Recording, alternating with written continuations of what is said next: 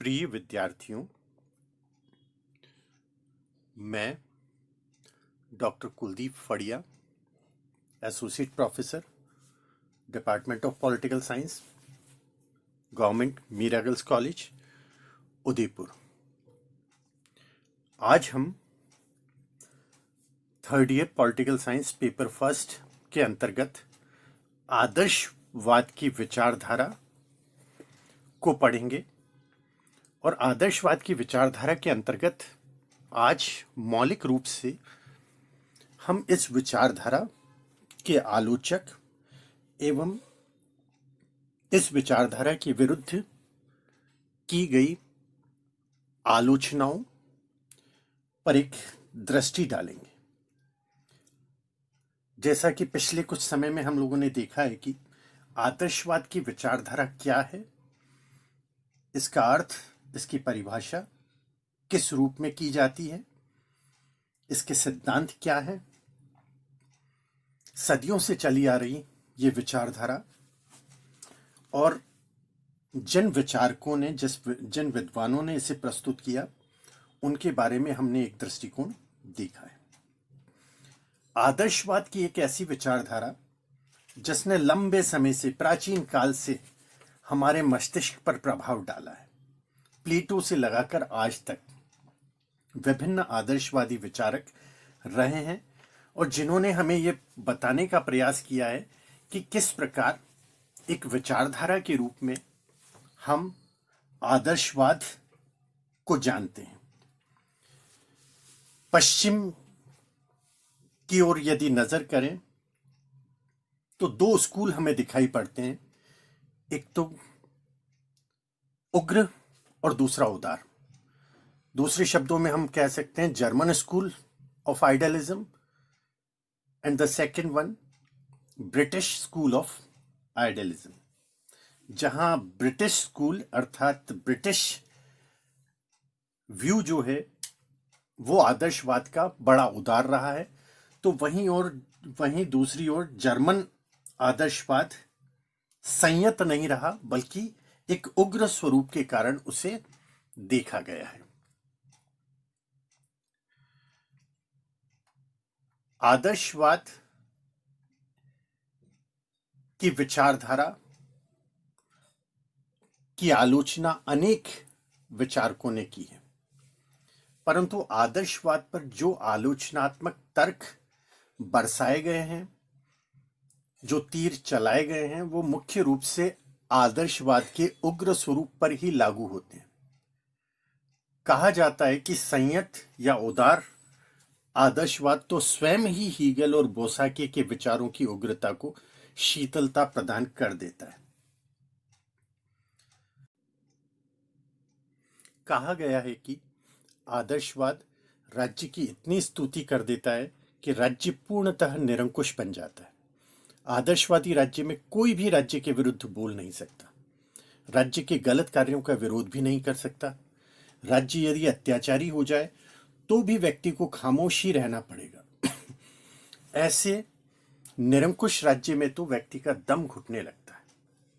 Professor Dunning ने कहा है कि जिस विचारधारा में राज्य को ईश्वर मान लिया जाए, वहां व्यक्ति के विलुप्त होने के अतिरिक्त कोई और मार्ग शेष नहीं है।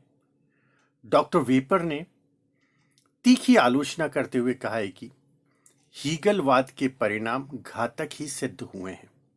उसने तर्कहीनता के युग का आह्वान किया है और दुर्बुद्धि के बीज बोए हैं। हम आते हैं आदर्शवाद की जो आलोचनाएं की गई हैं वे किस स्तर की हैं। जो प्रहार मुख्य रूप से आलोचना के स्वर में किए गए हैं वो इस प्रकार से कहे जा सकते हैं। पहला कहा जाता है, एक निरंकुशतावादी विचारधारा है जिसे आदर्शवाद के रूप में प्रस्तुत किया गया। आदर्शवाद राज्य की निरंकुशता का समर्थन करता है। राज्य को धरती पर ईश्वर का अवतरण मानने के कारण ही कहा गया है कि वह राज्य को निरंकुश सत्ता दे देता है, जो बाद में जाकर व्यक्ति का विरोध करने लग जाती है और व्यक्ति को उसके अंतर्गत एक गुलाम की जिंदगी जीनी होती है। दूसरी आलोचना करते हुए कहा जाता है, आदर्शवाद की स्वतंत्रता संबंधी धारणा गलत है, दोषपूर्ण है। आदर्शवादी विचारधारा के अंतर्गत कुछ विचारक स्वतंत्रता के समर्थक माने जाते हैं, परंतु हीगल और बॉसाके के स्वतंत्रता संबंधी विचार पूरी तरह गलत सिद्ध होते हैं। हीगल तो यहां तक मानते हैं कि राज्य की आज्ञाओं का पालन करने में ही स्वतंत्रता निहित है। दूसरे शब्दों में, हीगल व्यक्ति की राज्य के प्रति गुलामी को ही स्वतंत्रता मान लेते हैं। हीगल का यह मत है कि राज्य स्वतंत्रता का मूर्तिमान रूप है। राजनीतिक और समाजशास्त्रीय दोनों ही दृष्टिकोण से इसे गलत सिद्ध किया जा सकता है। वास्तव में आदर्शवाद में व्यक्ति की स्वतंत्रता का पूरी तरह हनन हो जाता है। न तो व्यक्ति अपने विचार अभिव्यक्त कर सकता है और न ही उसे कार्यों की स्वतंत्रता होती। प्रोफेसर कैटलिन ने लिखा है, हीगल भी रूसो की भांति ये मानता है कि राज्य को बलात् स्वतंत्र किया जा सकता है। वे इसे प्रजातांत्रिक धारणा नहीं मानते। इसके साथ ही यह माना जाता है कि राज्य और व्यक्ति के हित सदा एक जैसे नहीं होते। राज्य सामान्य इच्छा का प्रतिपादन नहीं करता।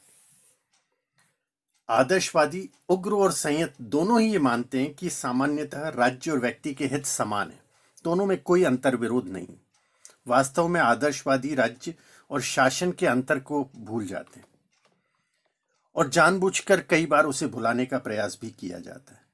राज्य की शक्तियों का प्रयोग शासन ही करता है और शासन करने वाले व्यक्तियों के अपने हित और अपने स्वार्थ निहित होते हैं। वे गलत निर्णय भी ले सकते हैं और उसके राज्य की जनता के हित में जो निर्णय न हो, ऐसे निर्णय लिए जा सकते हैं। इसलिए हमेशा के लिए हम ये नहीं कह सकते कि राज्य और व्यक्तियों के हित समान होते हैं और इस आधार पर व्यक्तियों से सदैव के लिए यह अपेक्षा कर ली जाए कि वे शासन के सामने झुकते रहें, अतार्किक, अनैतिक और सर्वथा अनुचित निर्णयों का समर्थन आंख मूंद कर करते रहें। कहा गया है कि राज्य सर्वश्रेष्ठ, सर्वशक्ति संपन्न नहीं है। हीगल और ग्रीन का आदर्शवाद रूसो के सामान्य इच्छा की नींव पर ही खड़ा हुआ दिखाई देता है। रूसो से 2 कदम आगे चलकर आदर्शवादी ये दावा करते हैं कि राज्य ही सामान्य इच्छा का प्रतिनिधित्व करता है, जबकि सत्य इससे बिल्कुल अलग है। सामान्य इच्छा का सिद्धांत कोई ठोस सिद्धांत नहीं है, बल्कि एक काल्पनिक या हवाई सिद्धांत है जो यथार्थ की धरती पर उतरते ही पिघलने लगता है। दूसरी बात यह है कि यदि ये मान भी लिया जाए कि सभी व्यक्तियों की आदर्श इच्छाओं के योग से एक सामान्य इच्छा बनती है, तो भी यह मानना घातक होगा कि उस इच्छा का प्रतिनिधित्व राज्य करता है, क्योंकि ऐसी अवस्था में राज्य अपनी इच्छाओं को सामान्य इच्छा के नाम पर व्यक्तियों के ऊपर लाद देगा। कहा गया है कि आदर्शवाद युद्ध का समर्थक है। आदर्शवादी विचारक और विशेष रूप से उग्र आदर्शवादी विचारक युद्ध को उचित मानते हैं, वे इसे नैतिक मानते हैं। वे राज्य के विकास में विश्वास करते हैं और ये मानते हैं कि राज्य के विकास के लिए ही युद्ध होता है। युद्ध होते रहते हैं और युद्ध होने चाहिए, क्योंकि इससे राज्य बलशाली होता है, शक्तिमान होता है और राज्य का विकास इसके अंतर्गत निहित होता है।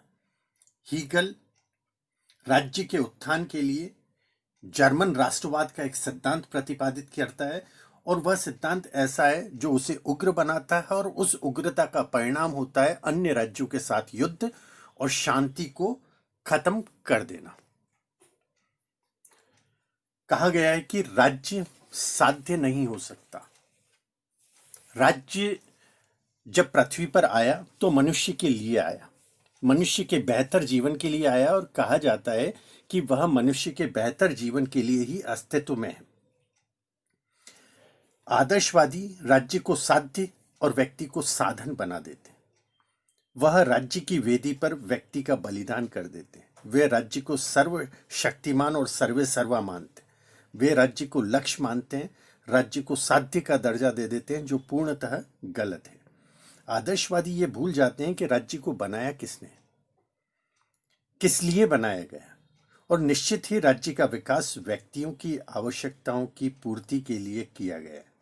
राज्य का विकास इसलिए नहीं हुआ कि व्यक्ति को साधन मान लिया जाए, बल्कि राज्य का विकास इसलिए हुआ कि वह व्यक्ति के जीवन में उसके हित साधने के लिए एक उचित संयंत्र प्रतीत होता था, और वह धीरे धीरे आगे बढ़ता गया।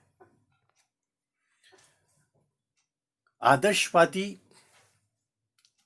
विचार के अंतर्गत राज्य विचार की अभिव्यक्ति है, जिसे पूर्णतः अस्वीकार किया जाता है।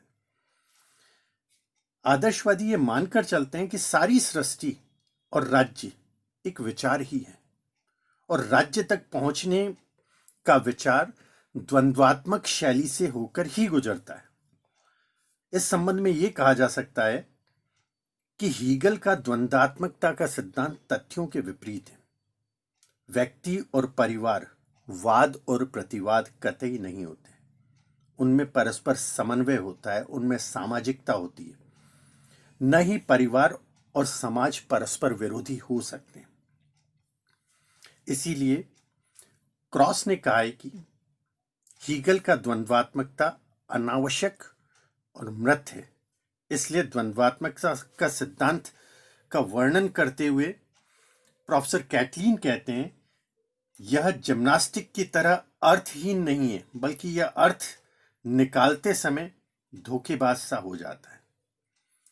दूसरी बात यह है कि आदर्शवाद विचार पर अधिक बल देता है और पदार्थ को, वास्तविकता को, व्यवहारिकता को उसकी अवहेलना कर देता है। यह ठीक है, यह मान भी लिया जाए कि विचार के द्वारा ही परिस्थितियां बनती है, बदलती है, परंतु इस तथ्य से कतई इनकार नहीं किया जा सकता कि भौतिक परिस्थितियां भी विचारों को प्रभावित करती हैं। राज्य केवल विचार नहीं है, बल्कि वास्तविकताओं का परिणाम है। बहुत बहुत धन्यवाद।